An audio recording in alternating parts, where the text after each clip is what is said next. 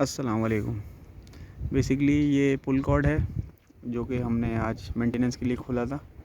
इसका spring tension remove नहीं कर रहा था, तो ये इसका अंदर मैकेनिज़्म है। ये इसकी स्प्रिंग टेंशन है, ये इसके पॉइंट हैं दोनों सेटिंग रेड स्विचेस के। ये हम अपने हिसाब से सेट कर सकते हैं दोनों पॉइंट। ये डिप स्विचेस की आप आवाज़ सुनिएगा।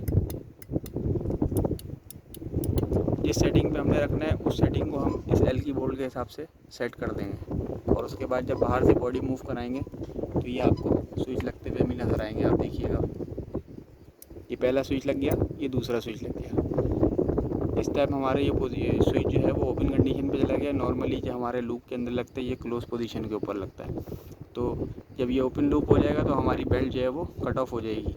ये हमारा इंटरलिंक मोटर के साथ होता है। अब जब हम आप उसको वापस रीसेट करेंगे तो ये अपनी नॉर्मल पोजीशन के ऊपर चला जाएगा। ये नॉर्मल पोजीशन पे आ गया। अब ये कॉन्टैक्ट क्लोज लूप के ऊपर दोबारा चलेगा। जैसे ही हम ये ऑपरेट करा देंगे ये ओपन लूप हो जाएगा। Thank you.